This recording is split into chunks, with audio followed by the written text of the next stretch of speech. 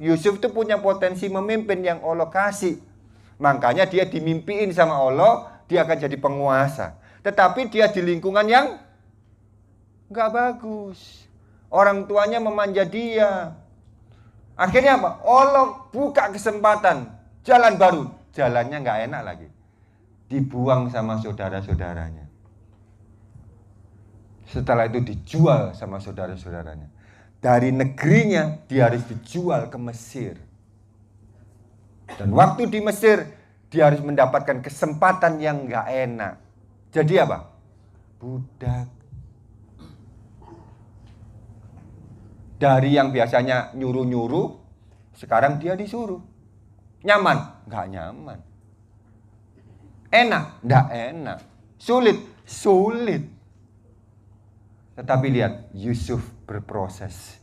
Dia tidak ngeluh, akhirnya dia tidak protes lagi, dia tidak komplain, dia tidak nangis lagi, tapi dia lakukan itu dengan segenap hatinya. Sampai akhirnya apa? Jadi pemimpin di seluruh rumah itu Yusuf yang ngatur. Potensinya mulai kelihatan. Tetapi Allah ngerancang sesuatu yang lebih gede lagi. Akhirnya apa?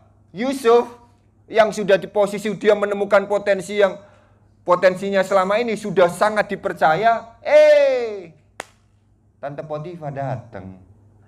Cup, ayo dong sama aku. Yusuf lari, akhirnya apa? Difitnah. Masuk apa? Penjara. Yusuf bisa protes, Tuhan, kenapa aku masuk penjara? Karena aku kerja rajin. Yusuf bisa loh marah, dan akhirnya apa? Kesempatan itu disia-siakan. Seringkali kesempatan itu kamu nggak bisa lakukan karena kamu kecewa. Kadang kamu ngerasa gini, gaji cuma segini, ya rekan kerja modelnya gini, nyebelin, keluar aja deh. Atasan nyuruh-nyuruh dok, padahal sama-sama digaji. Akhirnya apa? Kabur. Saudara, seringkali Allah kasih kamu kesempatan itu seringkali berwujud ketidaknyamanan.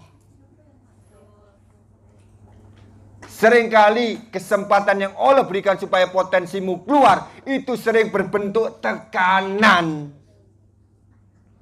Bahkan seringkali saudara, yang namanya kesempatan yang Allah kasih supaya potensimu keluar, seringkali berubah cibiran, olokan, bully. Dan itu yang terjadi di Yusuf. Akhirnya apa? Dia masuk penjara. Anda pikir masuk penjara enak? Anda pikir orang masuk penjara itu saling menguatkan, saling meneguhkan? Enggak, saling jegal, saling menjatuhkan. Zaman sekarang, kamu diblok WA-mu. Kamu disebelin.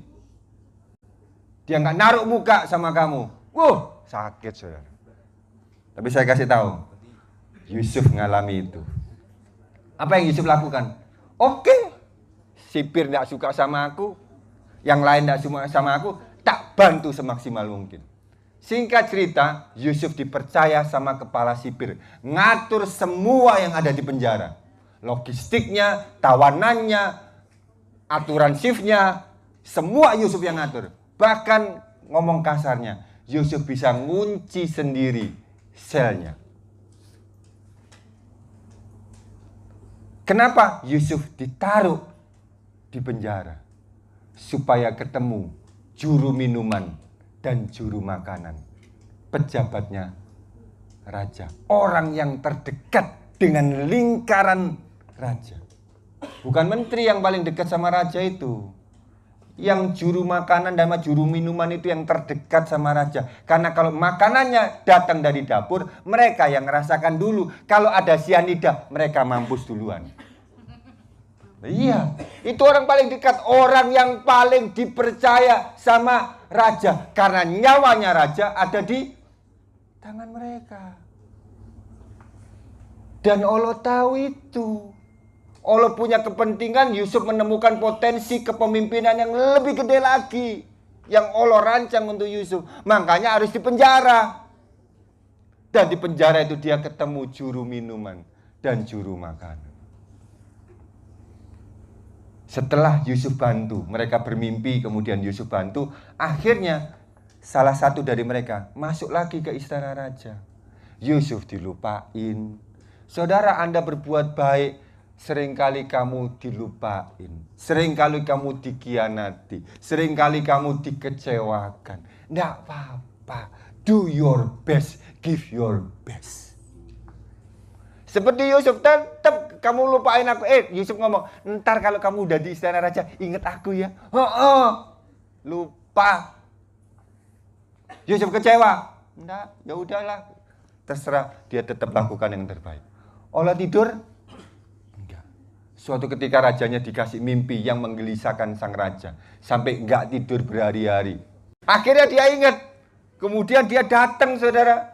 Ngomong sama raja, raja, di penjara ada yang dulu aku mengartikan mimpiku. Namanya Yusuf.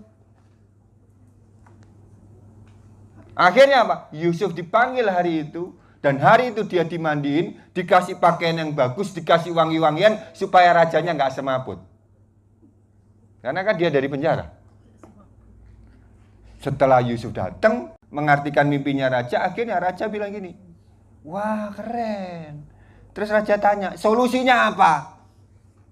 Perhatikan ini. Mengartikan mimpi, itu Yusuf dibantu sama Allah. Tetapi solusinya datang dari Yusuf. Solusinya muncul dari mana? Dari pengalaman yang Yusuf alami.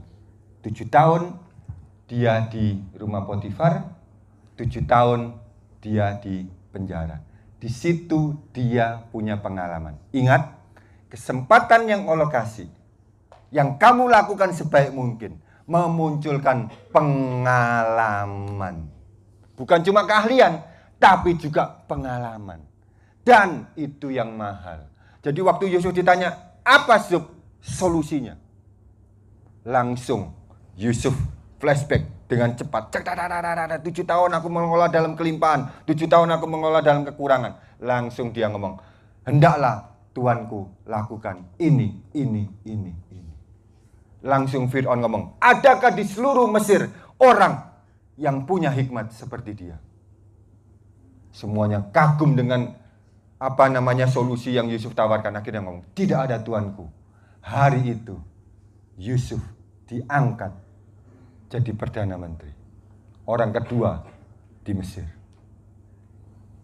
Potensinya maksimal.